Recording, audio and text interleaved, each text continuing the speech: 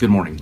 It's good to have you here with us. We're on the legislative beat here in Tallahassee this week, Florida Family Action. I'm Mark Phillips, the Legislative Affairs Director, working with my associate Courtney Gager as well.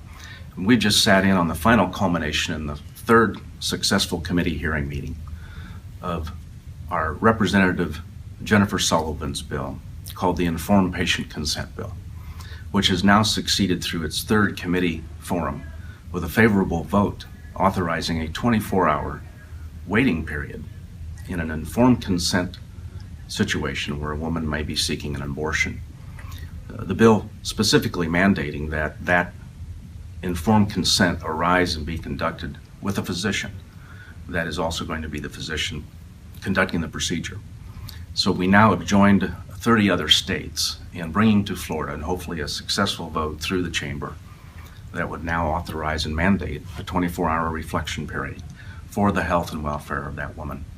We think this is a great victory and a step in the right direction, both for all moral concerns and certainly for the health concerns involved in something as sophisticated and meaningful as a medical procedure like this might be.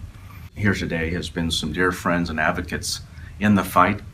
Marcia Daniel from down around near the Orlando area, Mount Dora specifically. I'd like to introduce Marcia. Tell us a little bit more about the drive and the focus of what your ministry has done in recent years. Well, wear a couple of hats here today, Mark. I'm representing Pregnancy and Family Resource Alliance, which is a group that all pregnancy centers become a part of. And we come to Tallahassee to fight for the rights of the unborn and actually for women's rights as well.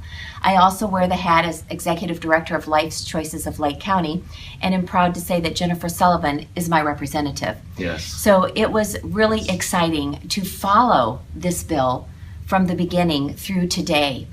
And we just want to say that we are in support of House Bill 633 because as a post-abortive woman, we can't say that it would have made a difference to have 24 hours to think about it. But it could have. And why don't we want women to get all the education, all the information that's out there, regardless of the circumstances of that pregnancy? And so with that in mind, as we decided to come up here again and join with you in the fight for women's rights and the rights of the baby, we thought it was important to bring a woman who has had an abortion that is closer to the time period that we find ourselves in today. Yes. So we were very fortunate to bring Beth Harrison with us. And so I'd like to introduce Beth Harrison. She was a client of Life's Choices of Lake County. Yes. I know when I met Marcia, I had a feeling that it was God that brought me to that facility. I was pregnant again after having an abortion 10 years prior. And at this point, I already knew that I wasn't going to have another abortion before I even came to the center. But I was grateful to be able to go there and get support from women who really care about you and care about the baby.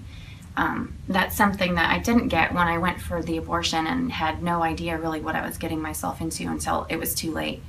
So I'm just grateful for them, and I'm hoping that I'm able to make a difference in maybe some other women and babies that haven't been born yet, that maybe I can make a difference in their life and help them in some sort of way. So, Beth, we're so appreciative of you and as well with Marcia. So many people take their own personal time and expense, give of themselves sacrificially to step forward.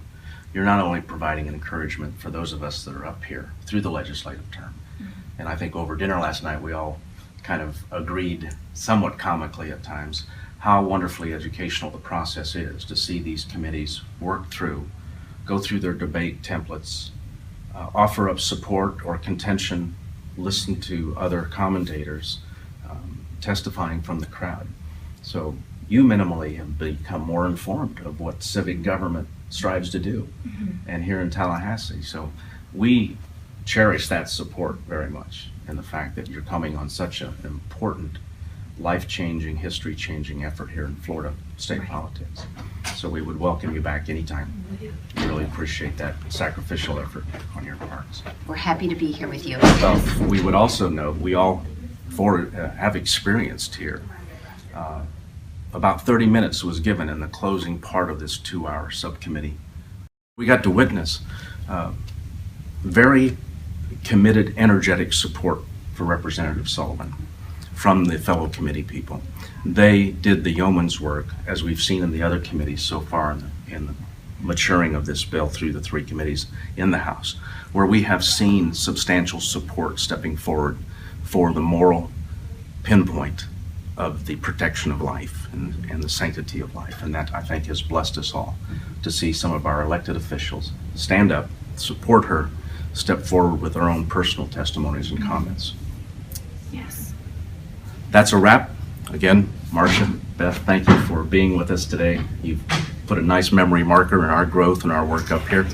We'll talk to you again soon.